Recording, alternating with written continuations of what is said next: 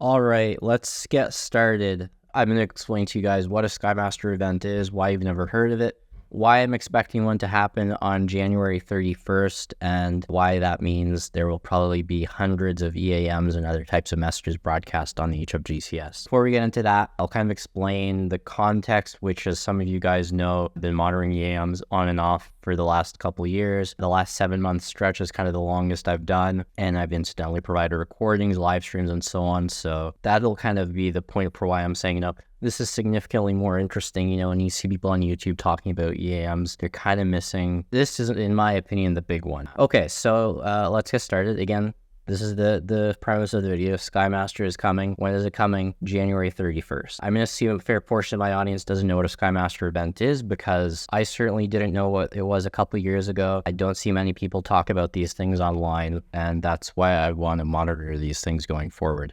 So HFGCS SKYMASTER events, there are two things to talk about here. So the first thing is the HFGCS itself, what you typically hear on the HFGCS. So I'm going to be kind of giving you guys a spiel about what I've figured out the last 2 years. And some of this I meant to do in another video in the future, so I'm going to go through it pretty quickly.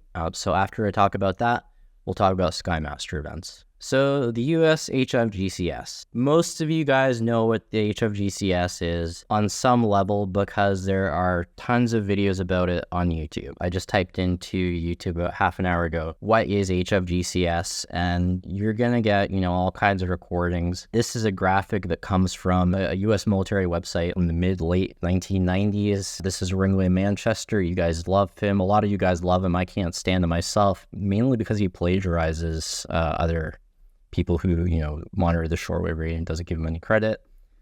There are, I don't know how many streams out there, videos that use this picture of an EAM. This is a screenshot from the movie Crimson Tide, which a lot of people watch. I forget when that movie came out. I actually haven't watched it myself. And this is a individual recording of an EAM. I do it too, but I'll talk about why in isolation. These aren't that helpful. And another thing that tends to be very popular on YouTube is if someone actually does like a recording of an EAM, but they actually do it with like hardware, they will get more views just because that looks more legit and serious. And I do give credit to people who actually, have their own SDRs and stuff. But in essence, most of the time you're not getting any additional insight. Your recording isn't necessarily any better quality than anyone else's, but there's that kind of air that this person knows something the rest of us don't. And the reality is these people are mostly recycling information from each other. There isn't a lot of original research being done about the HFGCS for a number of reasons. There's not really any incentive to do it for the most part. But what you'll find when you go through these videos, when you go through websites the way I have, is no one's really done any new research in about 15, 20 years about what the HFGCS is. Now, partly some of it is confidential. Partly some of it is the research that was done in the past was really good. And another reason is because a lot of the information that is about the HFGCS now comes in these really boring, long documents. But instead of having these guys copy paste or read off preom.org to you, if you really are interested in finding out more about the HFGCS, it's reading Air Force budget documents, it's reading contracts given to communications companies, stuff like that. And there are developments in this communication system, what it's being used for, etc. But it's in these very long technical documents. I've read through them, so you guys kind of don't have to unless you're super keen and interested. But I have summarized it for you a little bit. And 90% of this is, again, going to be recycling what you've heard before. But just to let you guys know what's current and up to date, this picture is, I believe, from 2022. This is an official photo of some kind of a presentation put together by the 673rd Communications Squadron. This is available on the U.S. Department of Defense's website, and it tells you what the U.S. HFGCS is capable of, tells you who services it, where the stations are. So right now there are 14 websites. Some people, I think I recently myself even said, I don't know whether there's 13 or 14, to be honest with you. So as of 2022, there's 14. And from the previous document that I just showed you guys zoomed in, we know how broadcast EAMs, and it says they're both nuclear and non-nuclear types of EAMs. There are FDMs, force direction messages, and a number of other types of messages were listed off there. So typically what has happened with people who are interested in emergency action messages online and what we know about them. So we know the ground stations that were pictured here. I'm just going to hide this momentarily just because I feel like it's a little bit distracting, but that is important. I'm required to have that text there. Those are the stations, right? Hickam, West Coast, Andrew, Offutt, South Atlantic I didn't know about. Ascension Lodges, you will often hear these stations doing test counts. So myself, I've heard, let me see, YUKOTA, I think I recently for the first time heard Anderson. I've heard Diego de Garcia, Sigonella, Croton, Lodges, Ascension, I think once. Salinas, I haven't heard. Andrews, definitely. Offutt, definitely. West Coast, Hickam, definitely. Elmendorf, I don't think I have. I forget what call sign they use if they use one. And South Atlantic, I think I just said I don't think I've heard that one. So EAMs are usually being broadcast by those guys, and they're doing it on the frequencies we all know about: 4724, 8992, 11175, and 15016 kilohertz. They're also broadcast on some other frequencies, but those fall out of technically the HFGCS, and these can be broadcast by the stations as part of a relay, or there's also sometimes broadcast by the E6s and the E4s, which I've alternatingly heard people refer to the E6s as doomsday planes, and I've done that myself on this channel, honestly just for the clickbait of it. E4s probably would make a bit more sense to call a doomsday plane, but that's also the National Airborne Operations Center, or the NAOC. And you guys have seen other channels. You yourselves may have tried to do it. You hear an EAM, you know, you tune in. It sounds very spooky. You guys reading a cryptic alphabet, and you're thinking, well, what does this have to do with? And either you yourself see on the news, or someone that you're watching on YouTube is telling you, wow, things are popping off in Ukraine, things are popping off in Israel, and there were EAMs today. Another thing you may see online is someone will tell you that they can tell how important an EAM based on how many EAMs are broadcast that day, how many times an individual message is repeated. Maybe they'll tell you they can tell that the operator sounds scared or worried, or like they're reading it very carefully, and that means that it's a very important EAM. And the question is, are these guys right? So here are a couple screenshots. This is on the right from our favorite person on the internet, who will often tell you, breaking news, 7 EAMs in an hour, breaking news, EAMs off the charts in Europe. I don't know what that means in Europe. EAMs off the charts, 12 in the last hour. Here's an example. This showed up in the news cycle a couple weeks ago, maybe about a month ago. This is a screenshot from Hal Turner News. Imagine my dismay when surveillance picked up an E4B transmitting an emergency action message, something you don't hear every day. So the question people should be asking themselves when they hear these kinds of things is, you know, are these people right? What are they talking about? How does this person know to link an EAM being broadcast with something going on in the world? How does this person have the audacity to claim that an EAM is not something you hear every day? Do they have any grounds to claim these things about EAMs? Partly the answer is yes. So this is a gentleman called Reed DA, and from my post here applied to something, a really interesting observation. These are transcripts of the Department of Defense's response to 9/11. I think it came out of a declassified thing in response to the 9/11 Commission. But if you read through the file he links to, and if anyone's interested, I can update the description of this video with a link later on. Here, if you read through, you will find out an emergency action message was used to direct a worldwide DEFCON 3. So certainly, unfortunately, I haven't found anyone who was monitoring EAMs on 9/11. I certainly haven't found any recordings of EAMs broadcast on 9/11. But that would absolutely be one that I would have loved to have heard, or just find out the transcription of it. And that tells us, you know, some of these EAMs are legit. They are serious. It's not all war games, not all status updates, like I assume most of them are. At least some of them are, you know, important.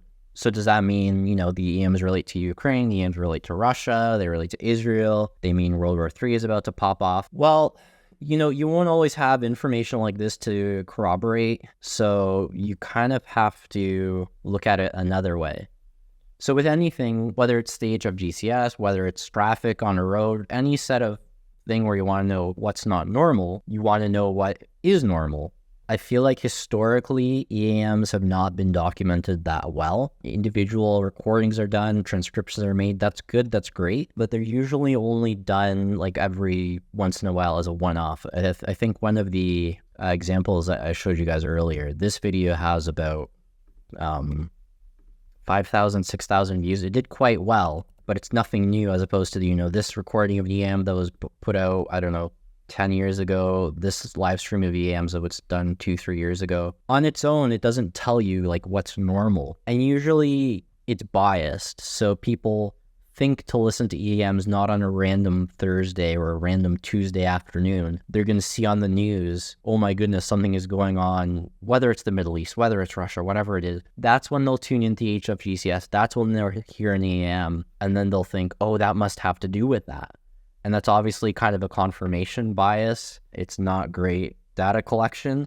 And that's why it's kind of hard to figure out what's going on with the EAMs. So that has been what I've been doing for the last couple years on and off under these two kind of projects. So the Internet Frequency Squad project, that was done on my previous channel. I know a lot of you guys are new subscribers. I'm not sure of the mix of who's kind of newer to this channel or who's been following me along. But this was on a previous channel, and I would actually try and record, like any day I picked, I would try and record all the EAMs that were broadcast that day, transcribe them, put them on a time card, and put them up on YouTube as a way of saying, you know, here's what's typical traffic for January 29th, 2023. Here's what's typical traffic for February 22nd, 2023.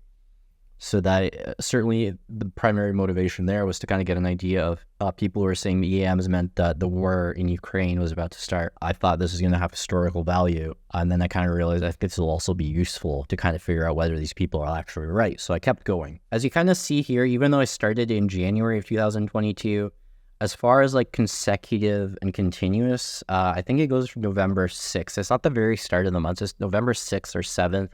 And then I continued through to the end of February with a couple of gaps in video uploads. Like they weren't done daily, but I was still doing them. What I was trying to do there is kind of establish credibility at the very least, so that anyone who kind of questioned or said that my transcriptions were fake or I was misrepresenting the amount of messages that were broadcast on a given day, there were the recordings. You could listen for yourself.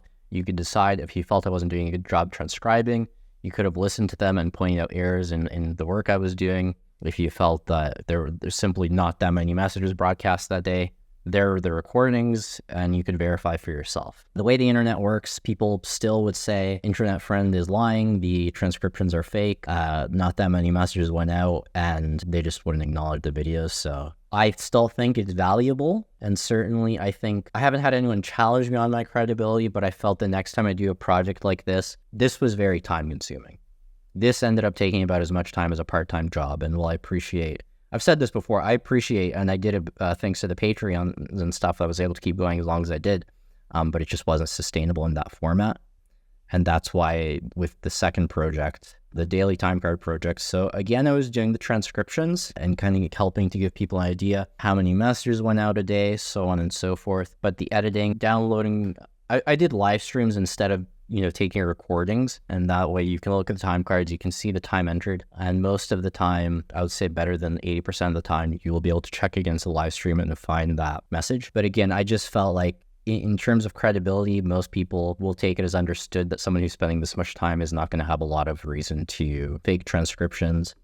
And I felt like this established my credibility as far as why I'm here. So this represents, I would say, 4 months and change, and this is 7 months for the time periods documented, and these were kind of the respective mascots for each project.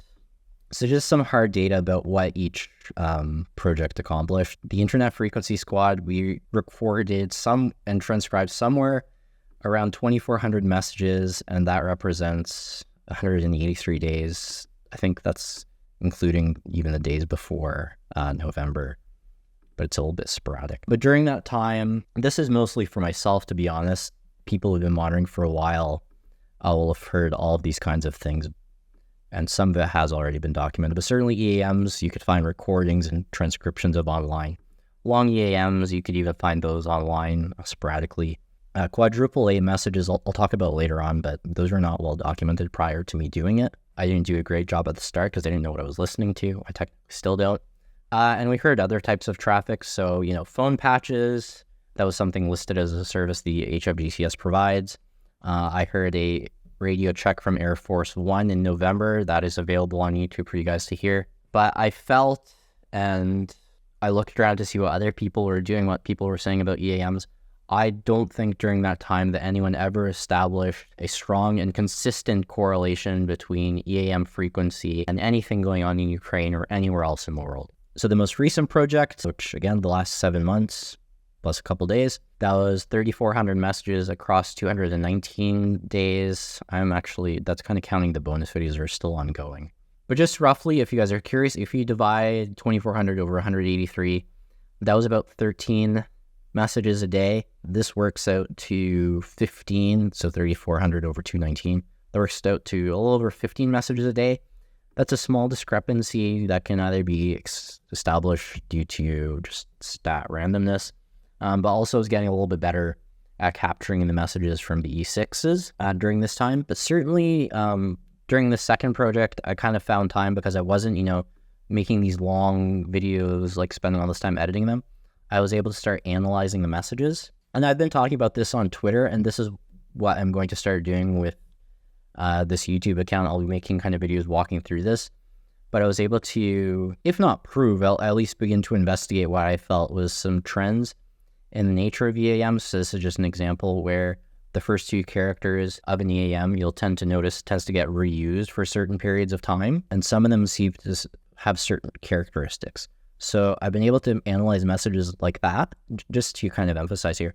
This is the quantity. This is on the left, the numbers that people are always wondering about, how many messages went out a day. And then this is just some basic analysis of kind of the quality or the nature of these messages. The other thing I did, obviously, with these longer messages, I started to identify some amount of repeating patterns, and that led to an analysis of structure.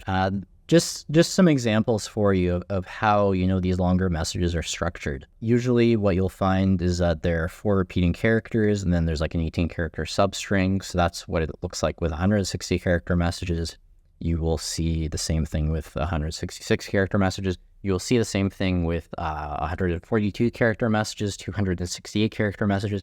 All these longer messages, they sound long and imposing and daunting, but there is a structure to them, which I think you'd really only be able to piece together if you actually sat down and transcribed them, which generally, because they're so long, people were traditionally not doing. Most of the long-time HFGCS listeners that I've talked to said they wouldn't usually transcribe it. They would just kind of note how long a message was. This is a more obscure example of a message format. So this is what it looks like for 59 character messages. And what you'll find here is just the first one, for example. If you look at just the red highlighted portions, XC, XC, XC, and you can compare that to, the message underneath it where BGJ is repeating in red. And those colors kind of give you an idea of what it looks like. It's not consistent for some reason. If you look at the fourth one down, it really breaks the format, save for the blue and the green section. Some of the other ones we just looked at, this tends to be more consistent. This is almost always what a 166 character message will look like. Sometimes, for example, this 55 character portion at the bottom might be split up a little bit more, but there's no great deviations, whereas with this seems like a less definite format and more fluid. And this one, sometimes when I'm doing this, it'll kind of look just mind-boggling. If you aren't the person who started highlighting and circling these things out, it's definitely hard to understand what I'm going for here. But there is a pattern. This was, again, if we look at this earlier, when we look at the first 2 letters of characters, what I'm going to be talking about is the blue one, the Yankee India messages. That's what I was kind of calling them.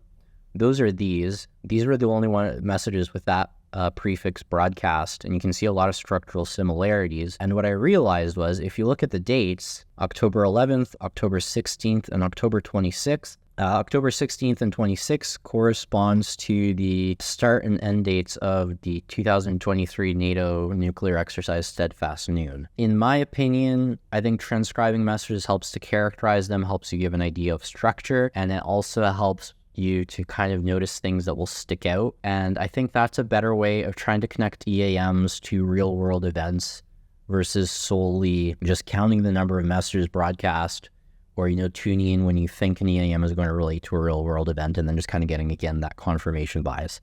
There are some other things we can look at with EAMs. There were examples where I came close to predicting a 219 character EAM would be broadcast on a Sunday, because I heard 94 character broadcast on a Saturday. So a lot of these longer messages are also routine and repetitive and almost predictable. And I think that's important, because let's say this was Sunday. What day was this? November 19th. So let's say you were watching another YouTube channel on November 19th, and someone says to you, a 219 character message went out today, and as you guys know, something is happening in, again, be it Ukraine, be it Russia, be it Kazakhstan, be it Canada, Brazil, Peru, wherever, and they say that means it has to do with that. The thing is, 5 hours before his stream would have began, anyone who was following me on Twitter would have heard me saying, I'm pretty sure a 219 character message will be broadcast today, because that's what happened before. So if something is happening, if you're trying to tie an EAM to something that happened November 19th, you better also be able to tie it to the same event on August 20th, because 219 message went out the same day, like in the same way, because a 194 character EAM came out before. Hopefully that makes sense. This kind of thing, I think, is important, because in the past, you would have had to say, you know what, maybe he's right. I have no way of discerning. I don't necessarily have any way of proving him wrong, so maybe he's right. I can tell you, again, you know, with the data transcriptions I've done and so on, we are now at a point where plausible deniability isn't there anymore because we now have the data. Anyways, that's kind of me talking about, again, like the last 2 years of monitoring this. I feel at this point like I've got the gist. I can definitely talk about it a lot, and that's what I'll be doing in future videos. But as far as the day-to-day in the future, as far as continuing to transcribe EAMs, I feel like I've done my bit. Partly what kept me going the last couple months is I really enjoyed editing the time cards, like all the transcriptions, and pairing it with the K-pop music. I understand why a lot of people didn't like that, but that was like motivational for me. And now that I'm just like, you know, that's good. It's also just like a time thing, honestly. And I think for anyone else who hasn't done this before, there's definitely a value in monitoring EAMs. There's definitely a value in me continuing to run the live streams of EAMs, but there's no point in me continuing to put out, you know, the number of messages and telling you the full transcriptions day after day. I think at this point, this should be automated. It can be automated. There's already been proof of concepts done, and nobody's done a good job of it yet because I don't know. I haven't done it because I am not inclined towards that skill set of being able to put that together. I don't understand how GitHub works. That's the main obstacle, and most of that is on GitHub. Another thing that's valuable for continuing to monitor the HFGCS is because EAMs are not the only kinds of messages or broadcast, and we know next to nothing about the other ones. And some of those other ones that you'll hear broadcast, so the 8888 messages, that's very hard to say, and I don't like making up names for things, but I've proposed calling them octopus messages just because that's easier to say. I did a 40-minute video on that. Other things, so, you know, the frequencies everyone knows about, 4724, 8992, 111751, 5016, those are not the only frequencies. I'm not super sure whether it counts as HFGCS, but certainly you will hear operators occasionally switching from primary frequencies. They will say QSY to the Charlie Echo window, and I kind of lucked out on figuring out the Charlie Echo window is 9031 kilohertz. And when I shared that information, it turned out that this was a frequency that was previously documented by hobbyists like 20 years ago. People thought this thing hadn't been used in 20 years, but the more I listened to that frequency, I am pretty sure it's been in use. It's just people didn't know about it. Other things that are broadcast are SKYMASTER format messages, which obviously, given the title of this video and the thumbnail, I will be talking about. Occasionally there are rare test broadcasts and other things. So an example, this week we heard under the mainsail call sign, they did 14 test broadcasts, and they said it was for the PRIC 160 field broadcast number 2. And this is kind of conjecture on my part, but I believe they were testing out a device called the PRC 160, even though they were pronouncing it PRIC 160.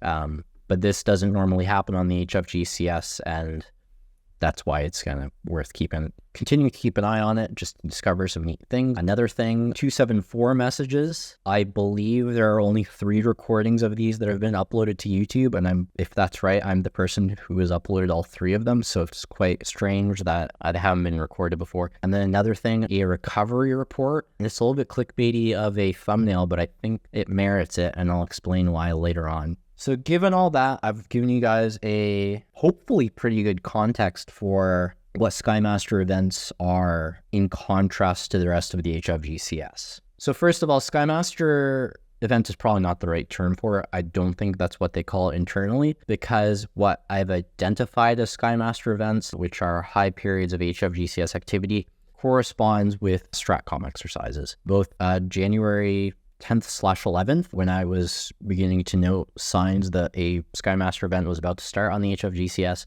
folks like the Intel Frog on Twitter were making note, you know, in the hours leading up to it, that there were a number of unusual activities with military planes in the air. And if you look back historically, SKYMASTER events that have been noted either on Discords or incidental forum posts for shortwave listening, I've done a lot of web searches. I've found random transcriptions and posts about it. If you look for, what happened on that date, most of the time I've been able to identify the STRATCOM exercise that was going on that day.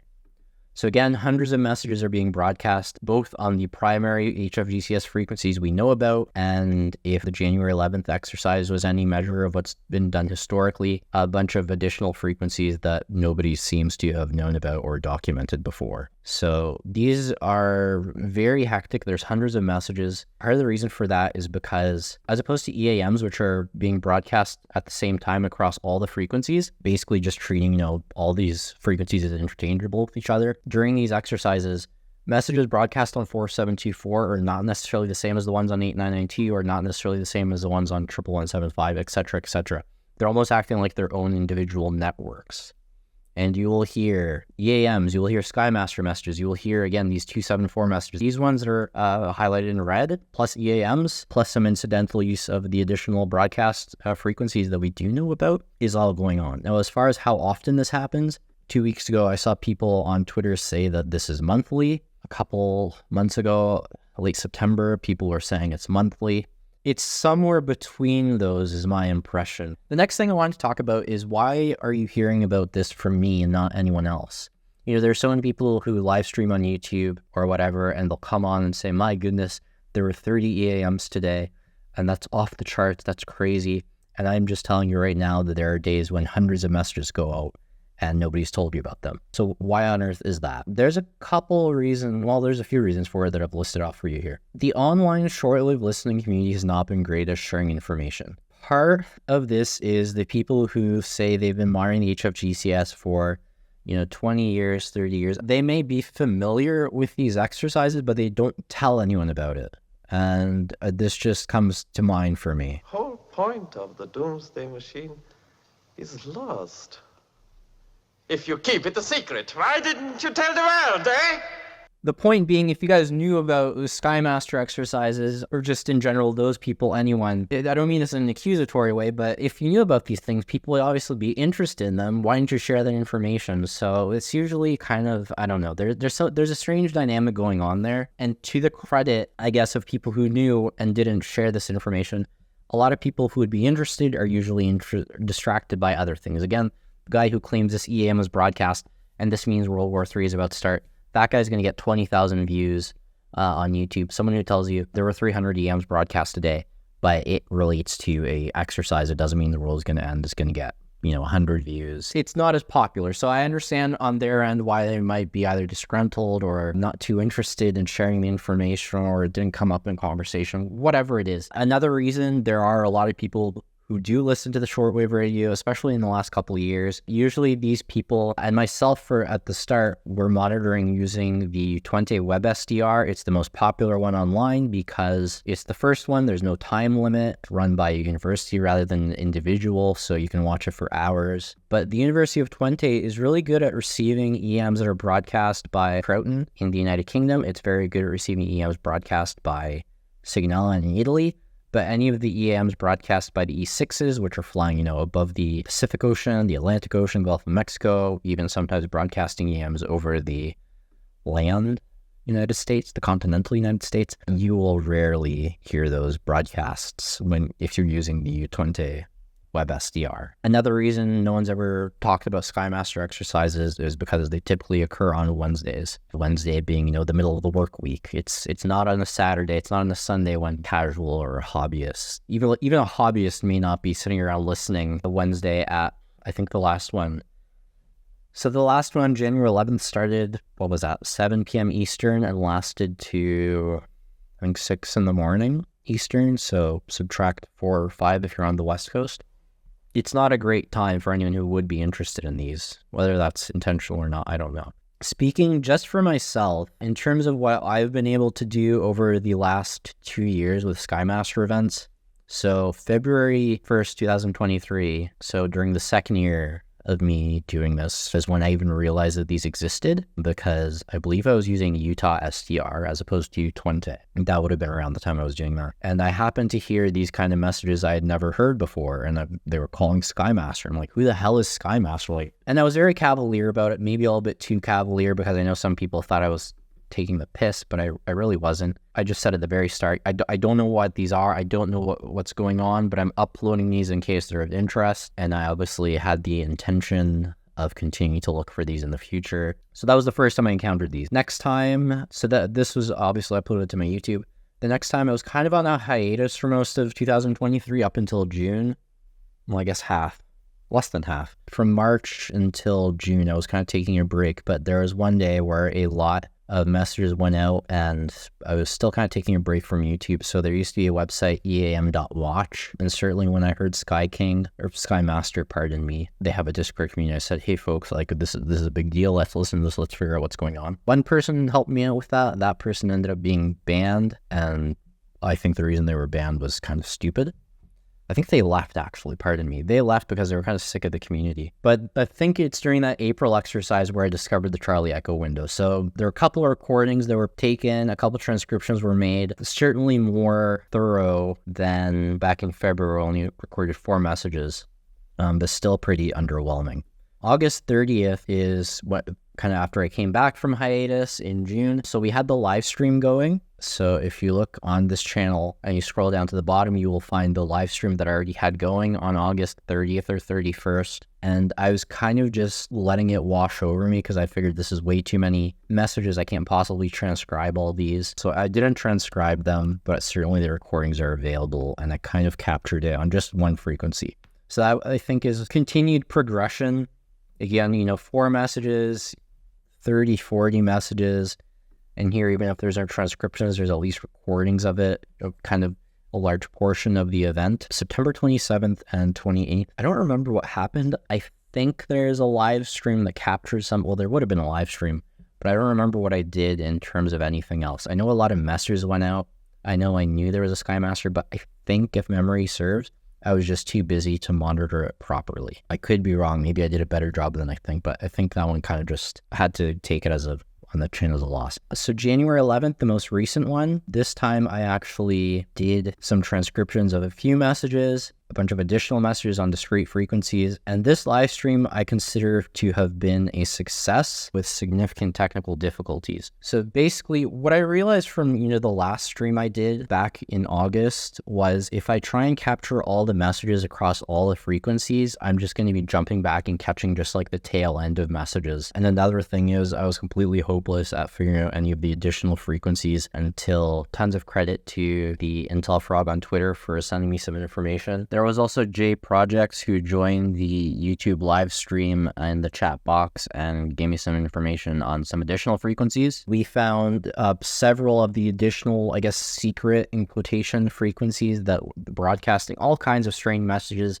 And the thing that kills me about this is the last 2 or 3 hours of monitoring this were really good because with Don's help, I was getting a bunch more frequencies. And in the morning when I came back to review that and do transcriptions, something happened. The way YouTube archives live streams doesn't always work. And I lost the last 2 or 3 hours. So I don't have recordings. I don't have transcriptions of those. And those are the majority of the secret frequencies. Again, secret in quotations, but I'm just going to keep referring to it that way. Again, ignoring what happened in September, otherwise there's been a nice linear growth from, 4 messages, 30 messages, a live stream and transcriptions and capturing most of it, but kind of jumping around and getting some and missing some others. So the question is what I do next. What will future monitoring attempts look like? So first of all, January 31st, SKYMASTER exercise is in question marks. So when is the next SKYMASTER?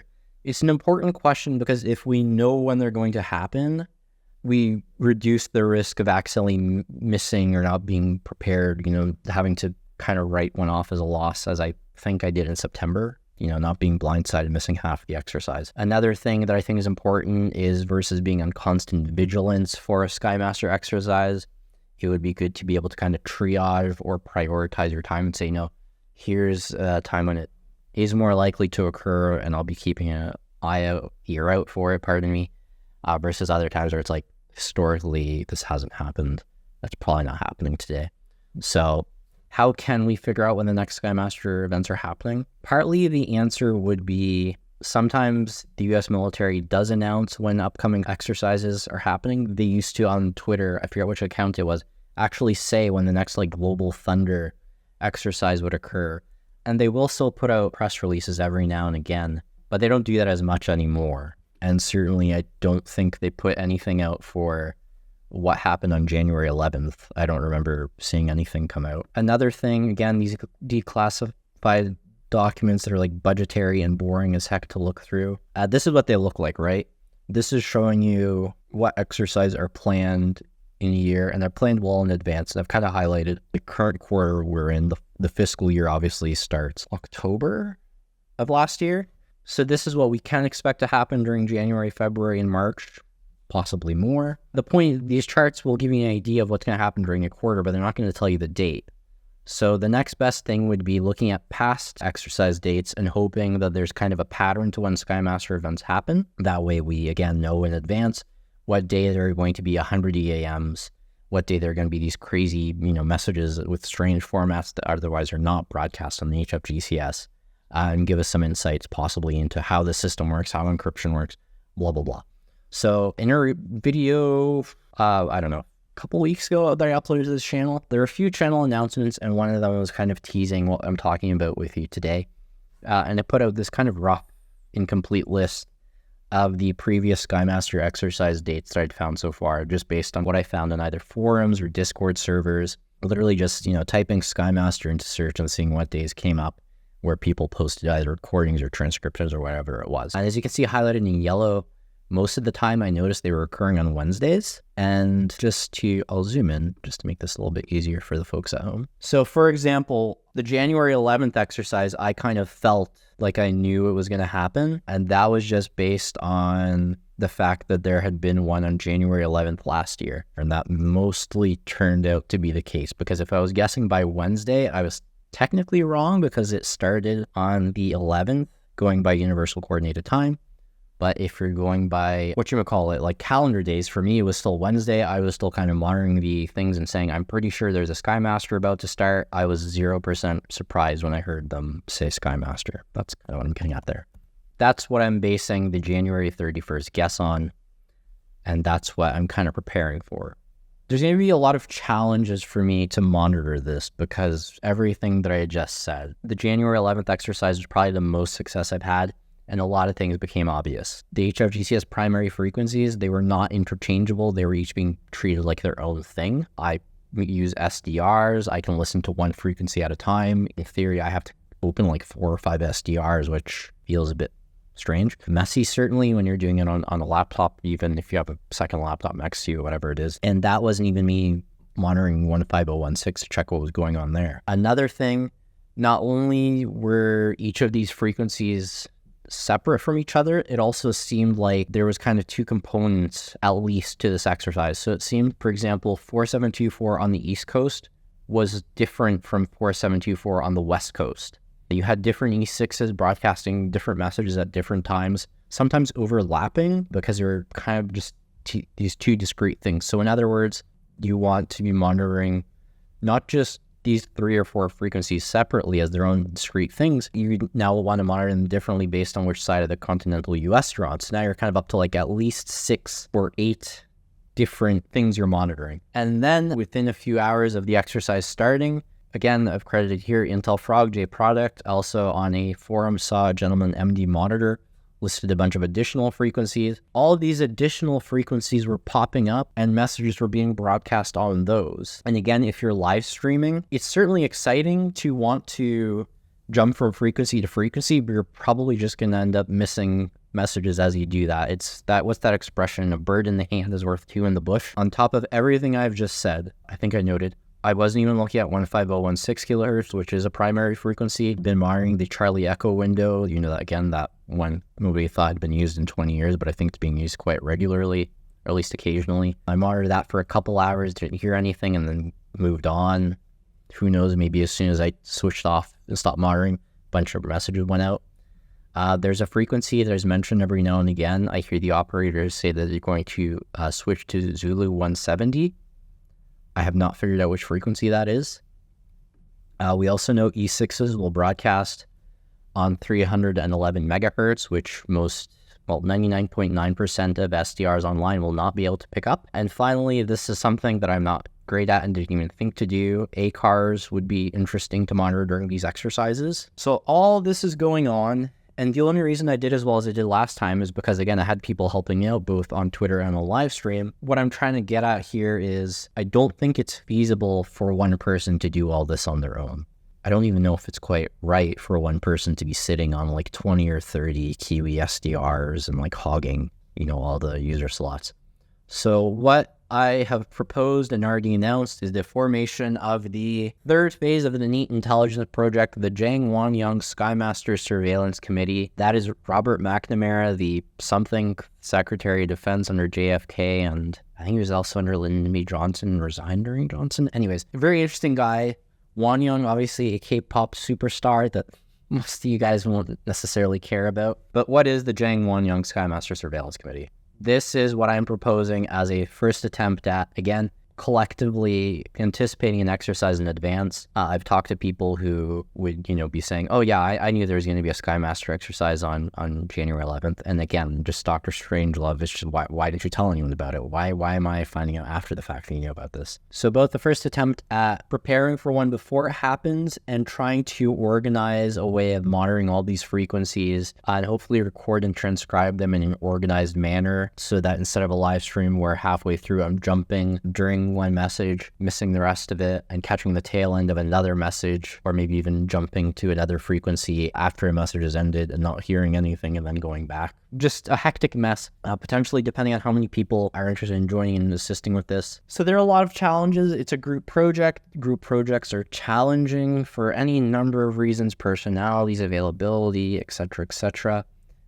There's also a challenge where the interest level of how many people will be willing to take part in this. Another big thing that is worth noting is the SDR that everyone loves using, U20, is basically useless. I wouldn't be surprised if had you used the U20 SDR during the exercise, you would have heard no more than, 5 or 10 of these messages, which is what happened with me in February of 2023. Another thing, these frequencies that are listed here, if they end up using the exact same frequencies, it'll be relatively easy peasy to monitor. But if after a few hours we notice, oh dear, they're not using any of these, it'll be a hectic blitz across the SDR waterfall, hoping to stumble upon another one. Another challenge is, I think this will just tie into the fact it's a group project. Some of the people will be willing to take part in this project, may not know how to, so setting up a YouTube stream, setting up recordings of an SDR, finding time to transcribe messages, that's easier said than done. So why on earth am I proposing that this is worth doing, and why on earth am I suggesting that it would be neat for you to take part? Again, there's a high volume of messages, and there are all these different kinds of messages, and they use all these kinds of crazy secret frequencies. We don't know what's going on. So this is what you can expect to hear. EAMs, we've heard them before. We know what they sound like. There's, I don't know how many recordings are available on YouTube, on SoundCloud, on all over the internet. Specific to SKYMASTER, though, it's of interest because there are going to be so many in such a dense period of time. Next thing, the SKYMASTER format messages. So these are messages you will only hear during these events. Having said that, they're not that different from EAMs. I mean, they're different in lengths and so on, but they're still, reading off this alphabet-y spaghetti, and there's a very obvious format. It's not something obscure or mysterious. You can kind of tell what's going on. Here's a transcription here. Most of them are going to sound exactly like this. Another type of message, the 274 message, with it's not to give myself credit, it's just to say how bizarre it is. I think there are only 3 recordings of this kind of message on YouTube, and they've only been uploaded by me in the last couple weeks or so.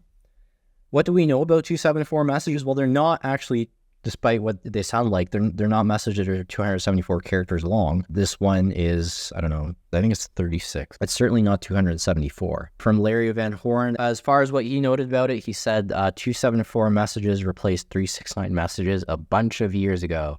So he said that in 2012. I don't know what bunch of years ago is. I don't know how relevant a message or a documentation from 2012 is in 2024. So certainly no one knows much about these. So these are weird. However, we've already kind of noticed something about them. This SKYMASTER message that I uploaded to the channel, and this is one of the 3 274 messages I uploaded to the channel. If you take a look at the 274, it's near identical to the SKYMASTER message. They just chopped off the last 3 letters. Was this turned into this? In other words, 274 messages get turned into SKYMASTER messages? It's a good question. However, there is a kink here because the other message format, and this is, I believe, this is the last one we've talking about. This is definitely one of the weirdest messages I've ever heard, and I only just today realized how weird it is thanks to uploading and getting a comment. A recovery report. So this is a strange thing. This was broadcast last April. This format is very strange. So what's strange about it? This is the only time they read the structured message like this and actually say slash. So just to zoom in on this, you can kind of see this says /KSZL. They read that slash off, which is strange. The other thing is it's not read phonetically, or at least this time it wasn't. So normally if this was an EAM, they wouldn't say KSZL. They would say Kilo Sierra Zulu Lima. They just said KSZL. The other thing, the call sign used for these reports, they say YUMA control. There are a number of reasons I find that call sign weird, but I don't even know I'd be able to articulate it effectively.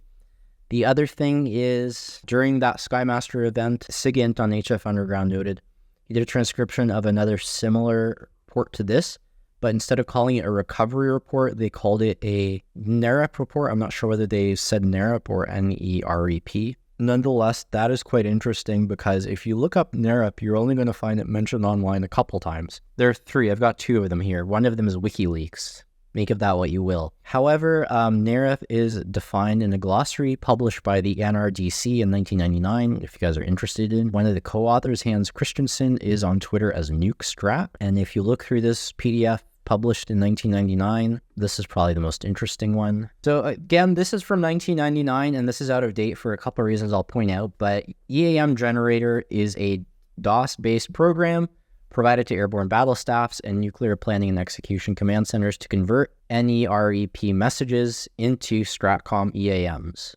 If you were thinking 274 messages get turned into SKYMASTER events and then possibly maybe SKYMASTER messages get turned into EAMs or something like that, maybe not. Maybe it's these recovery reports that are getting turned into. In fact, it sounds like that's exactly the case. Now, is this still the situation? Because this is very out of date, not just because it's from 1999. Alice's Inc., Novel, and Hummingbird, so that would have been the companies contracted to develop this software. None of those 3 companies exist anymore. They've all been absorbed into other companies. And then the third mention, I found it just today, and maybe there's some more, but nonetheless, from a Air Force Community College course catalog, I believe in Ohio or something like that. You can take a course as of the 2022 catalog, and it will talk to you about everything that I'm interested in.